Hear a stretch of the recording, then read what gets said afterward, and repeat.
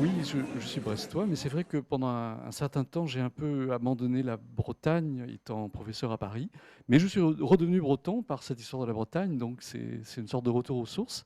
Et il y a une sorte d'aller-retour finalement entre l'histoire de France globale et puis l'histoire bretonne. Et là, je reviens avec l'histoire de France en Bretagne, avec deux auteurs. Donc voilà, c'est un jeu. Mais après tout, ça participe aussi de l'identité, parce que l'occasion de ce soir, ça serait aussi peut-être de discuter. L'histoire est comment dire, une matière brûlante, hein, d'actualité. On parle beaucoup d'identité et on est ici toujours un peu partagé entre la Bretagne, la France. Enfin voilà, donc ça pourrait être aussi une occasion de débat.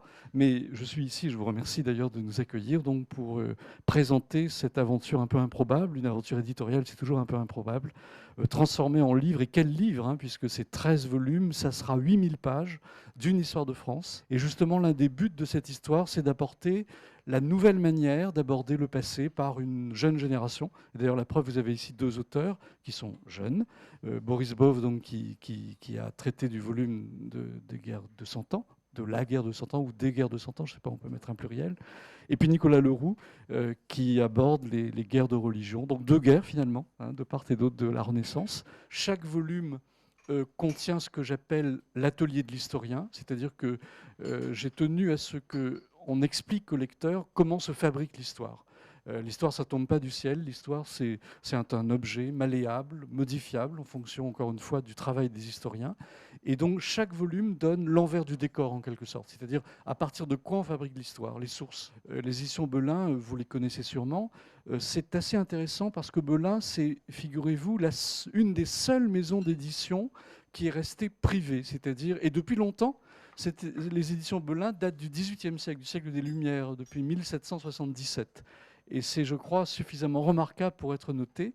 Et cette maison est restée familiale depuis donc avant même la Révolution. Alors pour le volume intitulé Le temps de la guerre de 100 ans, a pour lui des dates assez classiques, puisqu'on le commence au début du XIVe siècle, un premier quart en 1328 avec l'avènement de Philippe VI de Valois, c'est-à-dire l'avènement d'une branche cadette sur le trône de France qui autorise le roi d'Angleterre, Édouard III, à déclarer une guerre juste, parce qu'il est effectivement, il a raison, hein, le plus proche héritier, il devrait avoir la couronne de France, mais naturellement on la lui refuse. Bon.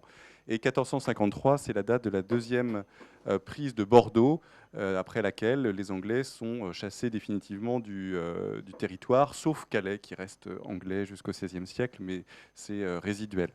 Il me semble, enfin en tout cas pour ma part, avoir fait une histoire globale. C'est-à-dire qu'effectivement, il ne sait que la France, mais en l'occurrence, pendant ce gros siècle, c'est pas que l'histoire politique, c'est pas que la guerre de 100 ans. Le volume s'intitule Le temps de la guerre de 100 ans, c'est-à-dire c'est effectivement un phénomène majeur de cette époque-là, mais ce n'est pas le seul. Et en particulier, ce phénomène s'articule à d'autres. Alors un phénomène que vous connaissez certainement, bien connu, c'est le retour de la peste noire. Et donc il y a des questions démographiques qui sont abordées.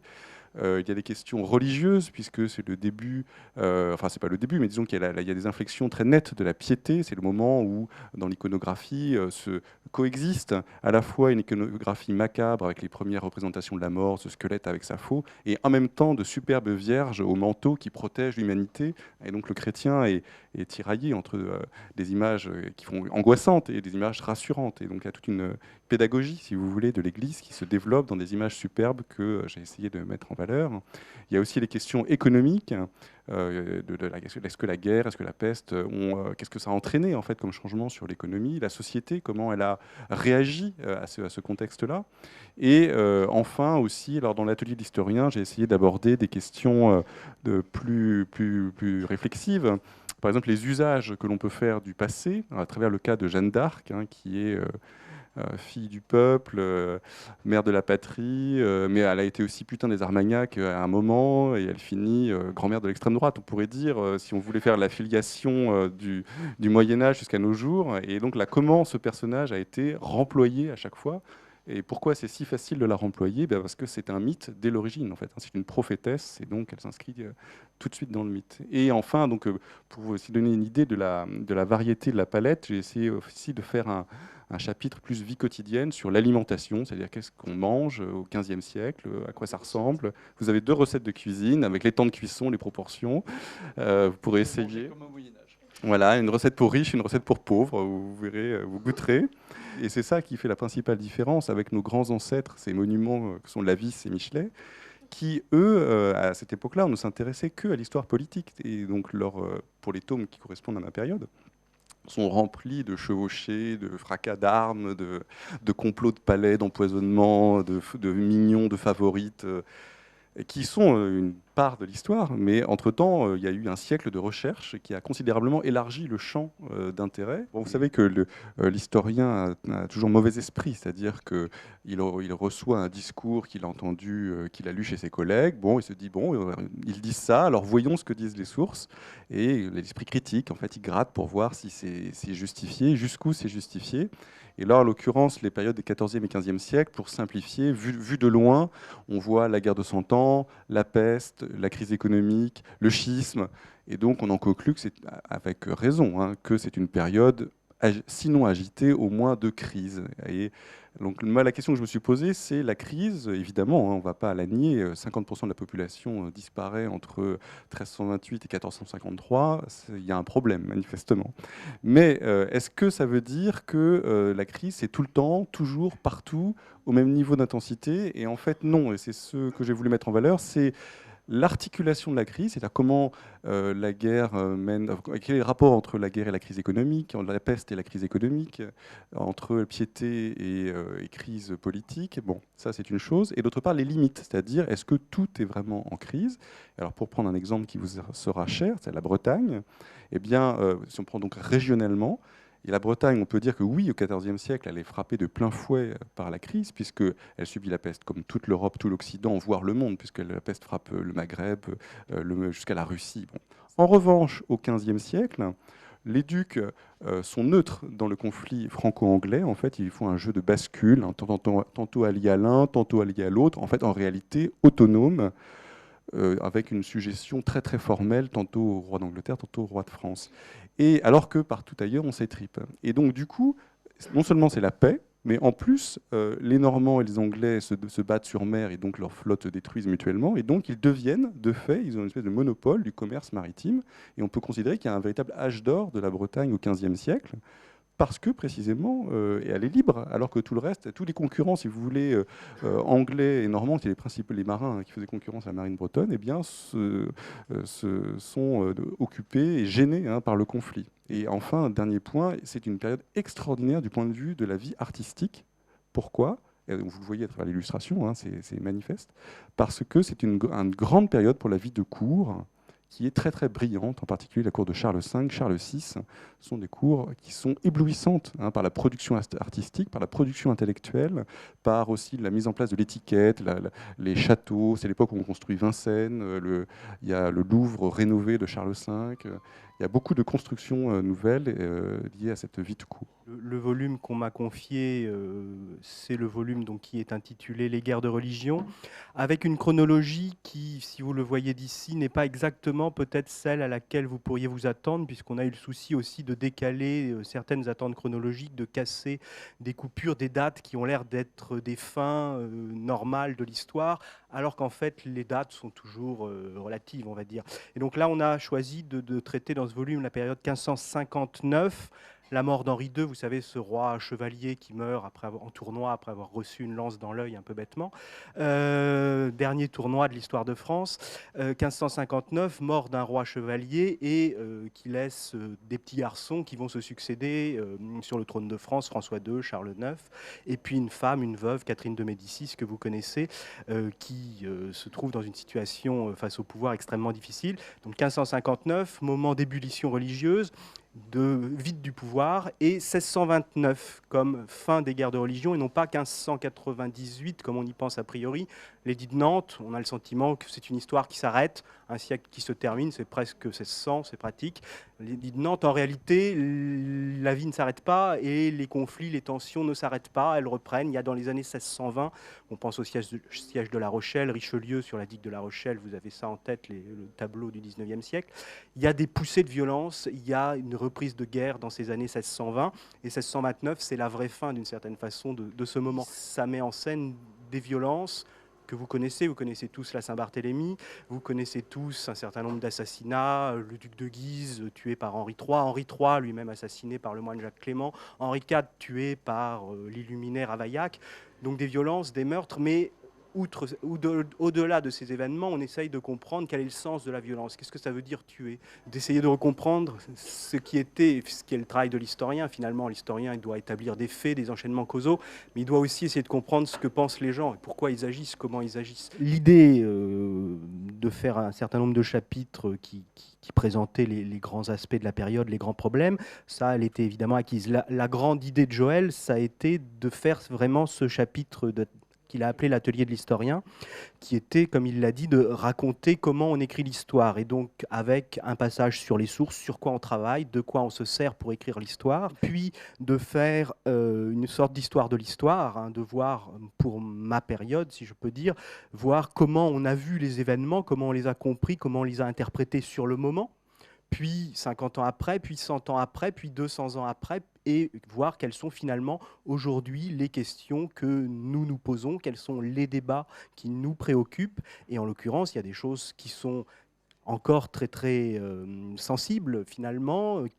Quel est le rôle qui a décidé les événements de la Saint-Barthélemy? Ça fait débat. Donc ce sont encore des enjeux finalement. Il y a des mémoires qui sont encore sensibles. Et donc on fait un petit inventaire des documents. Et puis on en choisit un. Et en l'occurrence, pour cette période des guerres de religion, donc on a des lettres, on a des documents d'archives divers et variés. Et puis on a des mémorialistes. Et on a à cette époque un certain nombre d'auteurs, et en l'occurrence un que j'ai choisi qui est Pierre de l'Étoile, qui est un officier royal, un bourgeois, un magistrat parisien, qui est un catholique parisien, mais un catholique gallican, comme on dit, c'est-à-dire que c'est un catholique qui déteste absolument Rome, qui a une haine absolue pour les jésuites qui viennent d'au-delà des monts, qui est un catholique qui veut une église française relativement indépendante, qui a été élevé par un précepteur protestant, qui déteste les ultra-catholiques zélés, qui en même temps, quand il écoute les pasteurs tempêtés, trouve qu'ils disent eux aussi beaucoup de bêtises, qui a un souci finalement, qui est un catholique critique, on peut dire, qui est un chrétien critique, et puis qui a tenu au jour le jour un journal pendant plus de 40 ans, oui, pendant une quarantaine d'années, de l'avènement d'Henri III, de 1574, jusqu'à sa mort, la mort de Pierre de l'Étoile en 1611. Donc on a une quarantaine d'années d'histoire dans lesquelles il note tout ce qui se passe à Paris, toutes les nouvelles qui lui viennent du reste du royaume, de l'étranger, donc ce sont des rumeurs. Catherine de Médicis, aujourd'hui, on ne la voit plus de la même façon. Comment on fait l'histoire de Catherine de Médicis? On lit ce qu'elle a écrit, on lit ses lettres. On essaye de comprendre la pensée religieuse, s'il y a une pensée religieuse, la sensibilité au moins. On essaye de comprendre la pensée politique, ou en tout cas ce qu'elle a essayé de faire concrètement. Et on part du bas. Donc une histoire pragmatique, on peut dire. Une histoire pragmatique qui a un souci de vérité modeste. En même temps, on est conscient que ce qu'on dit, on pense que c'est vrai, on pense que c'est en tout cas probable. Et en même temps, je sais, il y a une phrase qui est fausse dans mon livre. Je le sais depuis 3 semaines. Voilà, il y a une phrase qui est fausse dans mon livre. Ah bah, voilà, si, je vais vous le dire, parce que je me suis fait avoir par une source, tout bêtement. 1585, c'est l'éclosion de la Ligue, donc le grand mouvement, on va dire ultra-catholique, qui est hostile au futur Henri IV. Henri de Navarre est héritier de la couronne depuis 1584. Il est le successeur, suivant la loi salique, potentiel de Henri III. Henri III n'a pas de fils, n'a pas d'enfant tout court, il n'a pas de fils, donc le successeur, suivant la loi traditionnelle, c'est un cousin très très lointain, c'est Henri de Navarre, futur Henri IV, pas de chance, il est protestant. Donc, organisation donc, d'une sorte de confrérie secrète, de parti secret, la Ligue, qui refuse absolument un prince protestant. Et donc, 1585, les ligueurs prennent les armes, menés par le duc de Guise, le balafré, celui que Henri III fera assassiner, et par son frère, le cardinal de Guise, et par un vieux prince de la maison de Bourbon, le cardinal de Bourbon, qui est l'oncle d'Henri de Navarre. Et ces gens-là disent on veut un prince de la maison royale, un Bourbon éventuellement, mais un prince catholique.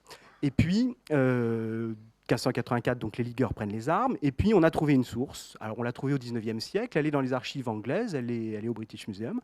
Elle a été éditée par un érudit du XIXe siècle, on l'a oubliée, on la redécouvre un siècle après.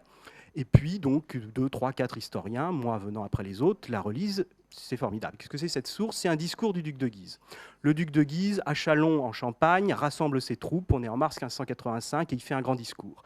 Il dit « Oui, je suis un descendant de Charlemagne, je suis un prince de la maison de Lorraine, je suis un descendant de Charlemagne, les Capétiens sont des usurpateurs, donc les Bourbons sont des usurpateurs, et même les Valois sont des usurpateurs. Je suis un grand seigneur, mon père est mort, le duc de Guise précédent est mort pour la patrie, il est mort pour le royaume, et c'est vrai, il a été assassiné par un prince protestant, etc. Les mignons d'Henri III sont des affreux qui mangent les finances de la France, qui vont tous vous ruiner, c'est affreux. » Je dis, formidable, ce discours est merveilleux, modèle d'éloquence aristocratique, la notion de l'honneur, la religion, etc., etc. Donc, un historien, deux historiens, moi après, en troisième, on dit, bah oui, c'est c'est une sorte de programme de la Ligue qui exprime un programme politique, une mentalité religieuse, c'est formidable. Et puis, en fait, c'est un faux. C'est un faux.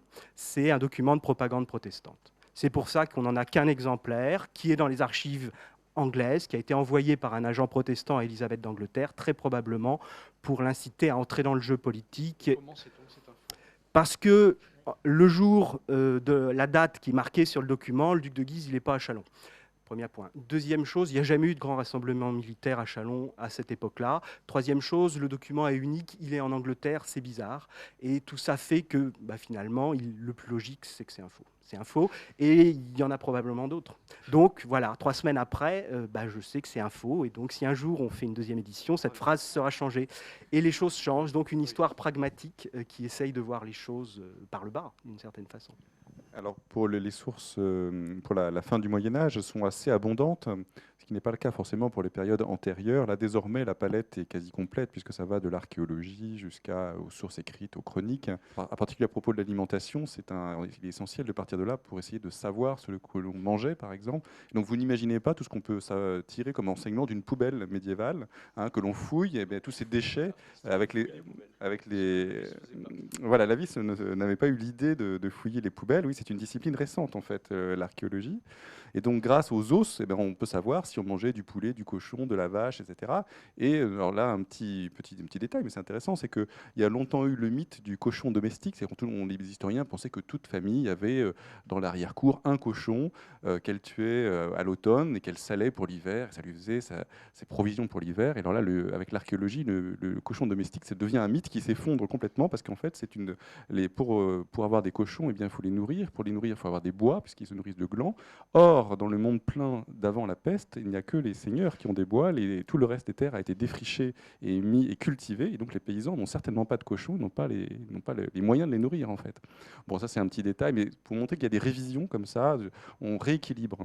Bon, et après, il y a surtout beaucoup de sources écrites qui, cette abondance vient du fait, c'est une nouveauté en fait. Ces sources écrites, elles sont récentes. Il y a une charnière forte au XIIIe, XIVe siècle, parce qu'il y a une mutation culturelle qui fait qu'on est dans une société de semi-lettrés. Ça veut dire qu'il est facile de trouver quelqu'un qui sait lire autour de soi. Même dans un petit village perdu, quelqu'un sait lire.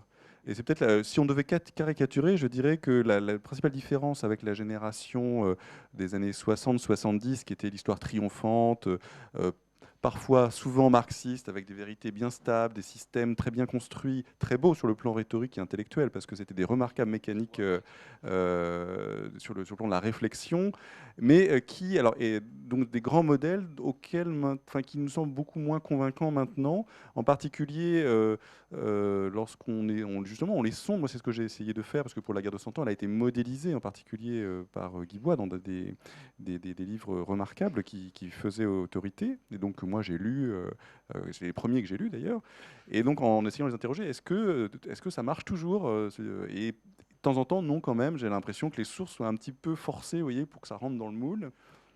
Pour ma part, j'ai eu l'impression d'essayer de faire une histoire respectueuse des sources, quitte parfois à pas donner de solution. Il y a des choses contradictoires et j'ai des hypothèses, mais j'ai pas de certitude en fait. Alors effectivement, là, ça a été c'est un peu une Rolls des illustrations, ces livres, parce qu'il y a 600 pages environ, il y a 130 illustrations couleurs. C'est quelque chose dans l'édition d'aujourd'hui qu'on fait absolument jamais.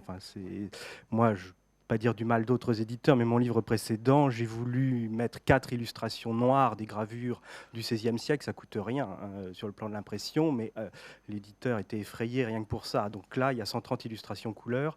Ça a été et pleine page, oui, il y a des grands formats, enfin, c'est assez magnifique, on n'y est pas pour grand-chose. Nous, c'est l'éditeur, mais il a fallu la choisir, cette iconographie quand même, il a fallu la commenter, ça a été un gros travail. Et donc on a des événements, l'assassinat d'Henri III, que je connais assez bien, qui donne lieu pour la première fois peut-être à une campagne d'information par l'image. Il y a des dizaines de représentations de l'assassinat d'Henri III qui voyagent en France, qui traversent l'Empire, les Pays-Bas, il y a un public, donc ce sont des feuilles volantes, donc ces images circulent dans toute l'Europe, elles sont tirées à des centaines, à des milliers d'exemplaires, et c'est une forme nouvelle d'utilisation de l'image. Ce qui est une spécificité française de la Renaissance, en revanche, c'est les portraits.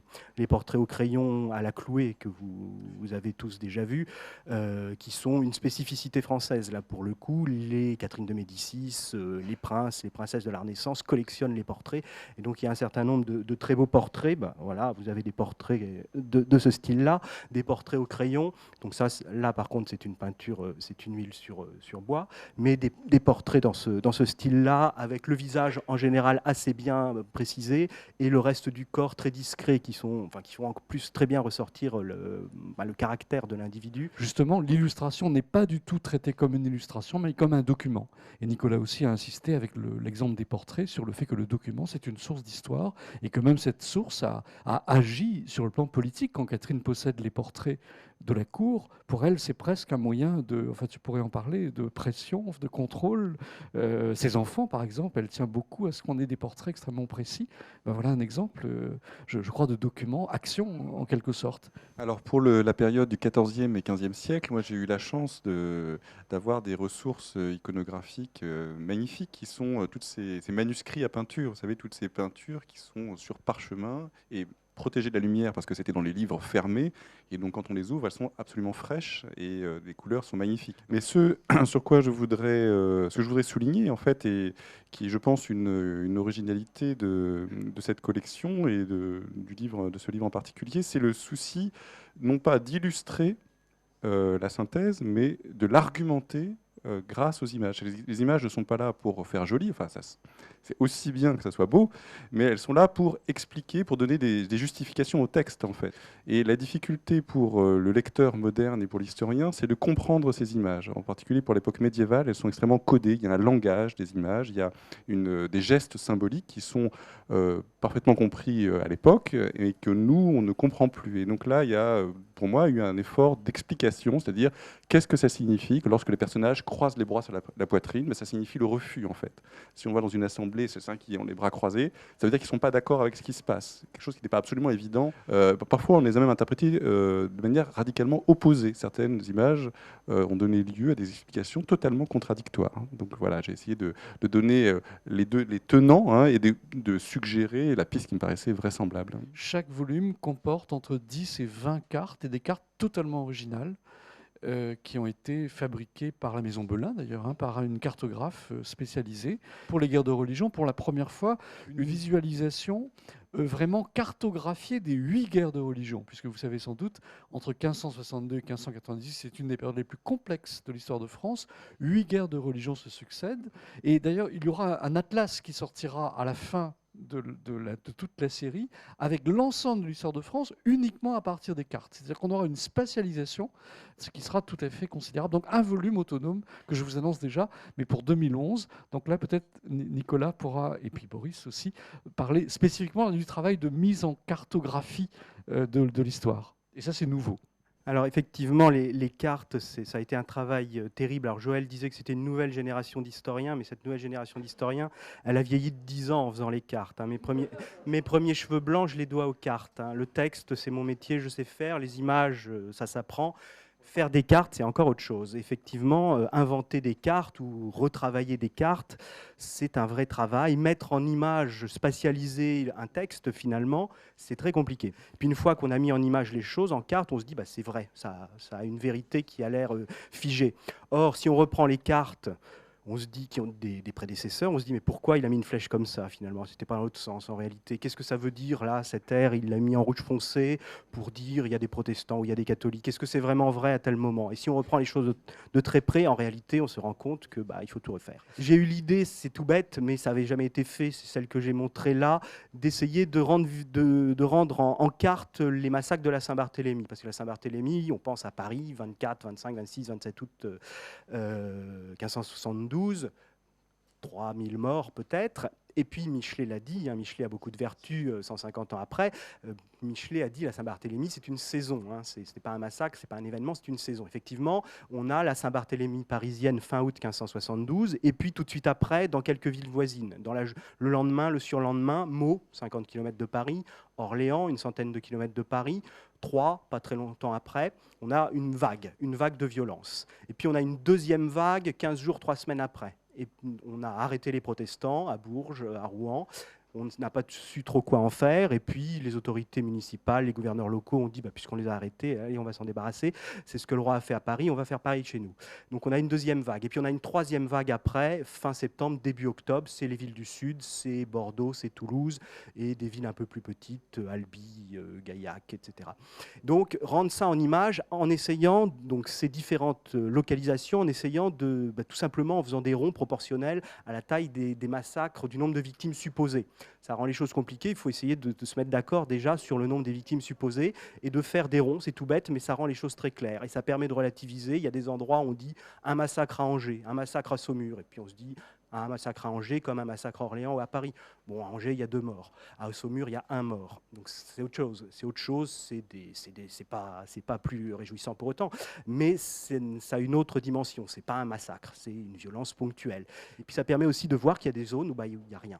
Où il n'y a rien. Soit on n'a pas les sources, mais on peut supposer que quand même, s'il y avait eu des choses un peu importantes, on le saurait. Et on se rend compte que la Saint-Barthélemy, c'est différents endroits, c'est 3 périodes, et c'est des types, en proportion, il y a des choses très très différentes. Et faire la carte, c'est tout bête, mais ça rend les choses assez claires. Voilà, donc ça fait quand même pas mal de nouveautés, si on fait la somme des regards. Donc quand on pose la question, est-ce qu'on peut faire une nouvelle histoire de France? Je crois qu'on peut répondre oui, globalement. Même si on travaille toujours sur des événements qui sont les mêmes, qui n'ont pas changé, mais c'est le regard des historiens qui a changé. Et c'est, je crois, ce que cette histoire apporte de neuf. Quand on commence l'histoire de France, alors écoutez, le premier volume s'appelle « La France avant la France », ce qui est une manière de répondre sans répondre. Voyez, mais la France avant la France, on a décidé de la faire commencer avec Clovis. Donc on n'aura pas nos ancêtres les Gaulois, on en est un peu désolé, mais on commence donc au 5e siècle, c'est-à-dire en gros à la fin de l'Empire romain. Ça nous paraît un début plausible, si vous voulez. On commence à avoir quelques sources, et encore, ce sont les âges obscurs, enfin Boris pourrait en parler mieux que moi. Mais voilà, donc ça commence, si vous voulez, au 5e siècle, et ça se termine en 2005. Je précise que les auteurs du dernier volume, qui vont paraître en mars, donc bientôt, sont 2. Michel Zancarini, qui est une dame, qui est spécialiste de ce qu'elle appelle les années 68, 1968, donc vous voyez, c'est pas si vieux que ça. Et puis Christian Delacroix, qui est un grand spécialiste du XXe siècle. Donc c'est eux qui font le dernier volume, 1945-2005. Donc vous voyez, on aura donc en 13 volumes un panoramique et un panorama de l'histoire de France de Clovis à Chirac. Chaque volume est indépendant, c'est-à-dire que vous voyez, d'abord c'est un auteur, quand vous lisez le Boris Bove, il est totalement autonome, c'est-à-dire que 1328, 1453, ça forme un ensemble. Donc chaque volume est solitaire, mais chaque volume est aussi solidaire, c'est-à-dire que tous apportent un projecteur particulier sur leur période.